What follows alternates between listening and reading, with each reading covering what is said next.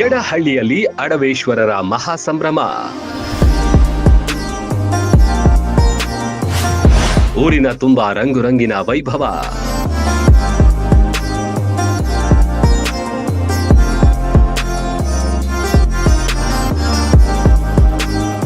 ಊರ ತುಂಬಾ ರಂಗುರಂಗಿನ ವಾತಾವರಣ. ಹೋಮ ಹವನ ಪೂಜಾ ಕೈಂಕರ್ಯಗಳು. ಮಹಾರಥೋತ್ಸವದಲ್ಲಿ ಮಿಂದೆದ್ದ ಭಕ್ತರು. ಇದು ಮುಧೋಳ ತಾಲೂಕಿನ ಯಡಹಳ್ಳಿ ಅಡವಿ ಸಿದ್ದೇಶ್ವರರ ವೈಭವ. ಭಜನೆಗಳ ಝೇಂಕಾರ, ಮುದ ನೀಡುತ್ತಿದ್ದ ಬಣ್ಣ ಬಣ್ಣದ ಲೈಟಿಂಗ್ಸ್ಗಳು, ಹೂಗಳಿಂದ ಅಲಂಕೃತಗೊಂಡ ಮಠ ಕಣ್ಮನ ಸೆಳೆಯುತ್ತಿತ್ತು. ಅಡವಿ ಸಿದ್ದೇಶ್ವರರ ಮೂರ್ತಿ ಅಲಂಕೃತಗೊಂಡಿತ್ತು. ಅಡವೀಶ್ವರ ಜಾತ್ರೆ ಅತ್ಯಂತ ವೈಭೋಗದಿಂದ ಕೂಡಿತ್ತು.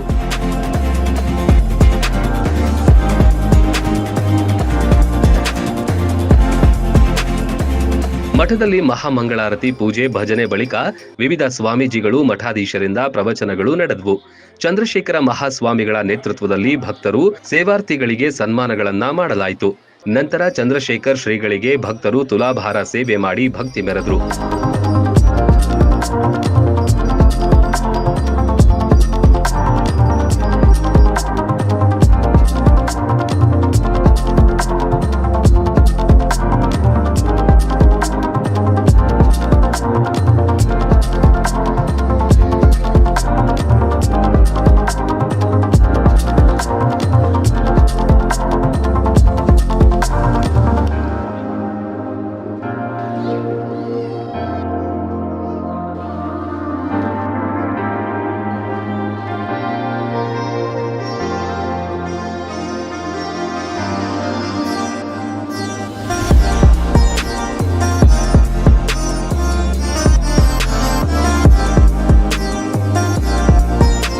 ಇದು ಅಡವೇಶ್ವರ ಜಾತ್ರೆ. ಇದು ತಲೆಮಾರ ವರ್ಷದಿಂದ ಸಾವಿರಾರು ವರ್ಷದಿಂದ ಐತಿ.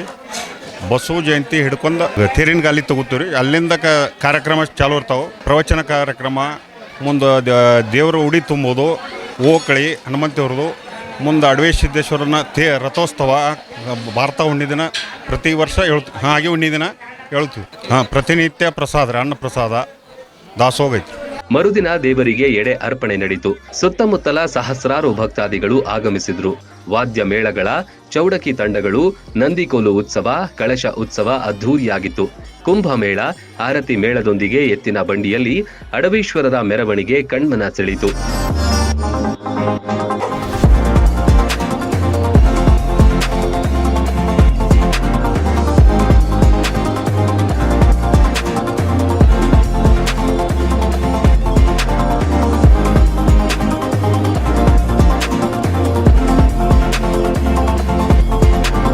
ಇನ್ನೊಂದು ಈ ಜಾತ್ರಾ ಮಹೋತ್ಸವದ ವಿಶೇಷ ಅಂದರೆ ತಿರುಗುವ ತೇರು ಎಂಬ ಪ್ರಖ್ಯಾತಿಯನ್ನು ಸುತ್ತಮುತ್ತಲಿನ ಯಾವ ಗ್ರಾಮವೂ ಹೊಂದಿಲ್ಲ.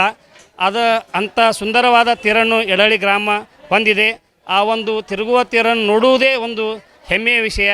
ಸುಂದರವಾದ ಅತ್ಯಂತ ಸೂಕ್ಷ್ಮ ಕೆತ್ತನೆಯುಳ್ಳ ತೇರು ನಮ್ಮ ಊರಿಂದ ಆಗಿದೆ ಎಂಬುದು ಒಂದು ಹೆಮ್ಮೆ ನಮಗೆ.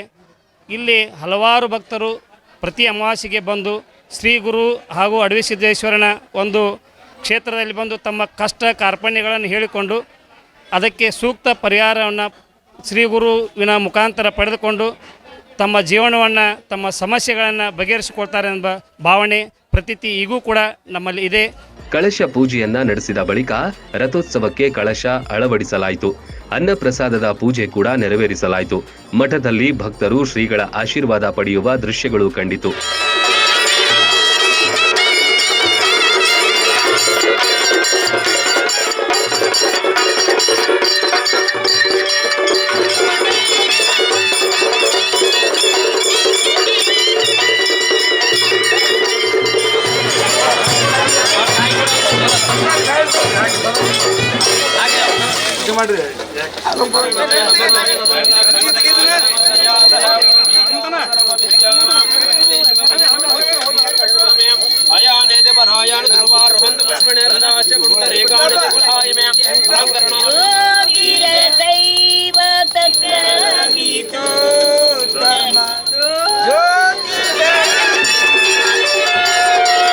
ಶ್ರೀ ಅಡವಿಸಿದ್ದರು 775 ವರ್ಷ ಮಹಾಮೃತ್ಯುಂಜಯ ಜಪದಿಂದ, ಅಮೃತ ಬಳ್ಳಿ ರಸದಿಂದ ಇವರು ಪ್ರತಿನಿತ್ಯ 1008 ಸಾರಿ ಮಹಾಮೃತ್ಯುಂಜಯ ಜಪವನ್ನು ಹೇಳಿ ಯಾಕಂದರೆ ಮರಣವನ್ನು ಗೆದ್ದರು. ಯಾಕಂದರೆ ಮಹಾಮೃತ್ಯುಂಜಯ ಜಪದಲ್ಲಿ ಶಕ್ತಿ ಇದೆ. ಆ ಶಕ್ತಿ ಎಲ್ಲರನ್ನೂ ಕಾಪಾಡ್ತಾ ಇದೆ. ಯಾಕಂದರೆ ಈ ಶಕ್ತಿಯಿಂದ ತಪಸ್ಸು ಹಾಗೂ ನಿಷ್ಠೆ ಹಾಗೂ ಪೂಜೆ ಪುನಸ್ಕಾರವನ್ನು ಎಲ್ಲವನ್ನು ಮಾಡಿ ಜಗತ್ ಕಲ್ಯಾಣಕ್ಕಾಗಿ 775 ವರ್ಷ ಬಾಳಿದರು. ಅವರು 12ನೇ ಶತಮಾನದಲ್ಲಿ ಶ್ರೀ ಅಡವಿಸಿದ್ದರು. ಉಳುವಿ ಚನ್ನಬಸವನವರು ಇವರ ಗುರುಗಳು. ಇವರ ಗುರುಗಳಲ್ಲಿ ಆ ಉಳುವಿಯಲ್ಲಿ ಸೇವೆಯನ್ನು ಮಾಡಿ ಗುರುವಿನ ಪಾತ್ರಕ್ಕೆ ಪಾತ್ರರಾದರು. ಕೊನೆಗೆ ಇವರು ತಮ್ಮ 775 ವರ್ಷವನ್ನು ನಮ್ಮ 12ನೇ ಶತಮಾನದಲ್ಲಿ ಬಸವಣ್ಣವರ ಕಾಲದಲ್ಲಿ ಅವರು ಸಮಕಾಲೀನರು. ಕೊನೆಗೆ ಶ್ರೀ ಗೋಕಾಕ ತಾಲೂಕಿನ ಬೆಳಗಾವಿ ಜಿಲ್ಲೆ ಗೋಕಾಕ ತಾಲೂಕಿನ ಅಂಕಿಲಿ ಗ್ರಾಮದಲ್ಲಿ ಜೀವಂತ ಸಮಾಧಿಯನ್ನು ಆಯ್ಕೆ ಮಾಡಿಕೊಂಡರು. ಅಡವಿ ಸಿದ್ದೇಶ್ವರರು ಸುಮಾರು 775 ವರ್ಷಗಳ ಕಾಲ ಬದುಕಿ ಬಾಳಿದ ಪವಾಡ ಪುರುಷರು. ದೇಶಾದ್ಯಂತ ಸಂಚರಿಸಿ ಭಕ್ತರ ಕಷ್ಟ ಕಾರ್ಪಣ್ಯ ದೂರ ಮಾಡಿದವರು. ಬೇಡಿ ಬಂದ ಭಕ್ತರನ್ನ ಹರಿಸಿದವರು. 12ನೇ ಶತಮಾನದ ಬಳಿಕ ಐಕ್ಯರಾದವರು. ಅಜ್ಜನ ಜಾತ್ರೆ ಅಂದ್ರೆ ಭಕ್ತರಲ್ಲಿ ಎಲ್ಲಿಲ್ಲದ ಸಂತಸ.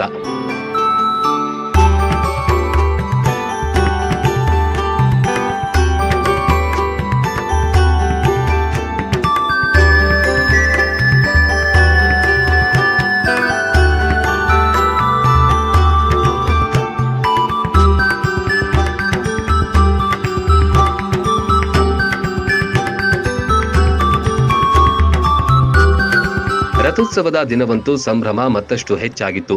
ನಂದಿಕೋಲು ಬರಮಾಡಿಕೊಳ್ಳುವುದು ಸೇರಿದಂತೆ ಅನೇಕ ಕಾರ್ಯಕ್ರಮಗಳು ರಂಗೇರಿತ್ತು. ದೇವಸ್ಥಾನದ ಆಕರ್ಷಕ ರಥಕ್ಕೆ ತಳಿರು ತೋರಣ, ಹೂಗಳಿಂದ ಶೃಂಗಾರ ಮಾಡಲಾಗಿತ್ತು.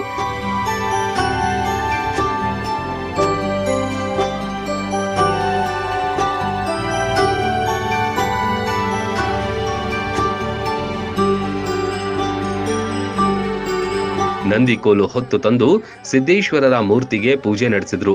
ರಥದಲ್ಲಿ ಕುಳ್ಳಿರಿಸುವ ಕಾರ್ಯ ನಡೆಯಿತು. ವಿಧಾನಸಭೆ ಸಭಾಪತಿ ಬಸವರಾಜ ಹೊರಟ್ಟಿಯವರು ಕಾರ್ಯಕ್ರಮದಲ್ಲಿ ಭಾಗಿಯಾಗಿ ವಿಶೇಷ ಪೂಜೆ ನಡೆಸಲಾಯಿತು.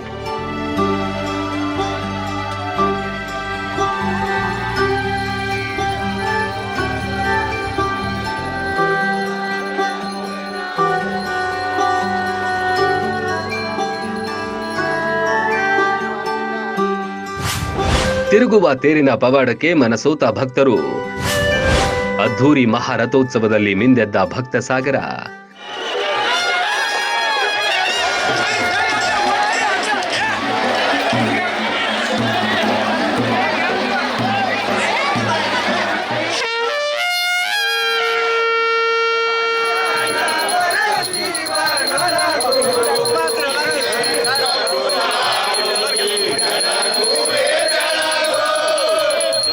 ನಂದಿ ಪೂಜೆ ಬಳಿಕ ರಥೋತ್ಸವ ಆರಂಭವಾಯಿತು. ಮಹಾರಥೋತ್ಸವ ನೋಡಲೆಂದೇ ಲಕ್ಷಾಂತರ ಭಕ್ತರು ನೆರೆದಿದ್ರು. ಸೂರ್ಯ ಮುಳುಗುವ ಹೊತ್ತಿಗೆ ಆರಂಭವಾದ ರಥೋತ್ಸವ ಎಲ್ಲಿಲ್ಲದ ಮೆರುಗು ತಂದಿತು.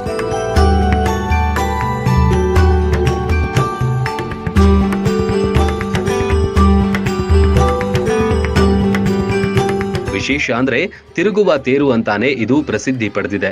ಮೊದಲಿನಿಂದಲೂ ಇದೊಂದು ಪವಾಡ ಎಂದು ಪ್ರತೀತಿ ಇದೆ. ಇಲ್ಲಿನ ಭಕ್ತರಲ್ಲಿ ಈ ರಥದ ಮೇಲೆ ವಿಶೇಷ ಭಕ್ತಿ. ಇದನ್ನು ನೋಡೋದೇ ಸೌಭಾಗ್ಯ.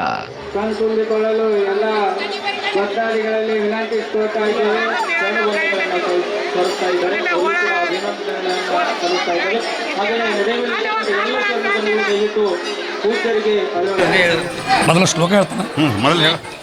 ಪಂಚಾನನ ತನುದ್ಭೂತಾನಾಂ ಪಂಚಾಕ್ಷರ ಮಣುಪಮಾನ್ ಪಂಚಸೂತ್ರ ಕೃತವಂದೇ ಪಂಚಾಚಾರ್ಯ ಜಗದ್ಗುರು ಅಡವಿಸಿದ್ದರನ್ನು ಮನದಲ್ಲಿ ನೆನೆಯುತ್ತಾ ಈ ಅಡವಿಸಿದ್ದೇಶ್ವರ ಜಾತ್ರಾ ಮಹೋತ್ಸವ ವಿಶೇಷತೆ ಏನಪ್ಪ ಅಂತಂದ್ರೆ ಎಡಹಳ್ಳಿ ಗ್ರಾಮದೊಳಗೆ ಎಲ್ಲ ದೇವರುಗಳನ್ನು ಒಳಗೊಂಡು ಜಾತ್ರೆ ಮಾಡ್ತೀವಿ ನಾವಿಲ್ಲಿ. ಯಾಕಂದ್ರೆ ಪ್ರತಿಯೊಂದು ದೇವಾನು ದೇವತೆಗಳು ಉಡಿ ತುಂಬಿ ಮಾರುತೇಶ್ವರ ಹೋಗ್ಕಳಿ ಉಡಿ ತುಂಬ ಕಾರ್ಯಕ್ರಮ ಮತ್ತು ಅಡವಿಸಿದ್ದೇಶ್ವರ ರಥೋತ್ಸವ ಈ ವಿಜೃಂಭಣೆಯಿಂದ ನಮ್ಮ ಒಂದು ಅಡವಿಸಿದ್ದರ ಜಾತ್ರಾ ಮಹೋತ್ಸವ ನಡೆದುಕೊಂಡು ಬಂದದ. ಮುಂದೆ ಮುಂದೆ ಹಲಗೆ ಸೇರಿದಂತೆ ವಾದ್ಯಗಳು ನಂದಿಕೋಲು ಸಾಕ್ತಾ ಇದ್ರೆ ಹಿಂದಿಂದೆ ರಥೋತ್ಸವ ನಡೀತಾ ಇತ್ತು. ಹಿಂಬದಿ ಮೂಡಿದ ವಿದ್ಯುತ್ತಿನ ಬೆಳಕಿನ ಚಿತ್ತಾರ ಆಕರ್ಷಕವಾಗಿತ್ತು. ರಥ ಸಾಗುವ ದಾರಿಯುದ್ದಕ್ಕೂ ಬೆತ್ತೋಸ್ ಹುತ್ತತ್ತಿ ಎರಚಿ ಭಕ್ತರು ಭಕ್ತಿ ಮೆರೆದ್ರು.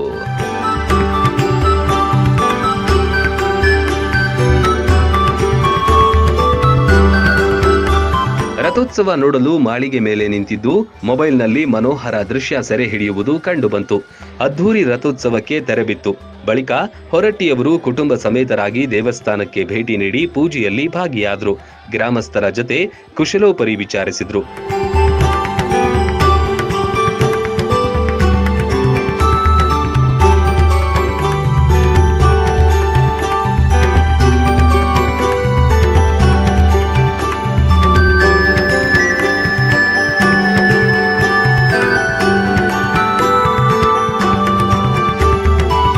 ಸಂಜೆಯಾಗ್ತಿದ್ದಂತೆ ಪಟಾಕಿ ಸುಡುಮದ್ದುಗಳ ಚಿತ್ತಾರ ಮೂಡಿತು.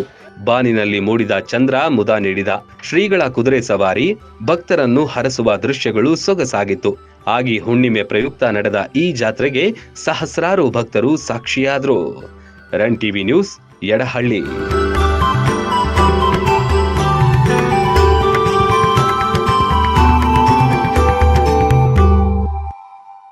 ರನ್ ಟಿವಿ ನ್ಯೂಸ್ ವಿಡಿಯೋಸ್ ನೋಡಲು ಸಬ್ಸ್ಕ್ರೈಬ್ ಮಾಡಿ, ಬೆಲ್ ಐಕಾನ್ ಪ್ರೆಸ್ ಮಾಡಿ.